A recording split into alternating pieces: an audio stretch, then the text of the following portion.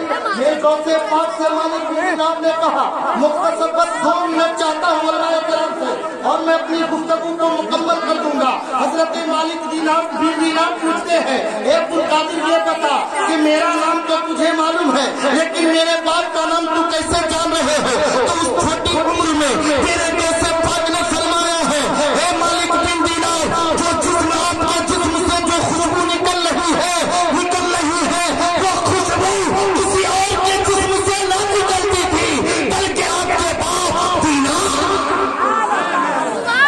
اور میں مالک بن دینار فرماتے اس بنا پر مجھے بھی جان گئے، لیکن یہ بتاؤ میں نے سلام 1 مرتبہ کیا، سلام کا جواب تم نے 2 مرتبہ کیوں دی ہے؟ تو غوث پاک فرماتے ہیں اے مالک بن دینار، کچھ دنوں پہلے کی بات ہے کہ جب میں ماں کے پرورش میں پل رہا تھا، جب میں ماں کے پیٹ میں پرورش میں پل رہا تھا، اس وقت آپ میرے دروازے سے گزرے تھے، آپ نے میرے گھر کے سامنے سے ایک سلام کیا تھا، السلام علیکم. اس وقت میری ماں کسی کام میں مشغول تھی، وہ تو سلام کے جواب نہ دی. میرا دل چاہتا تھا کہ میں تیرے سلام کا جواب دے دوں، لیکن میں نے اس لیے سلام کا جواب نہ دیا تاکہ میری ماں ڈر نہ جائے، اس لیے میں نے پہلے سلام کا جواب دیا تھا جو میرے اوپر ڈرس تھا، اور میں نے دوسرا سلام کا جواب دیا جو آپ نے کیا اس کو بھی.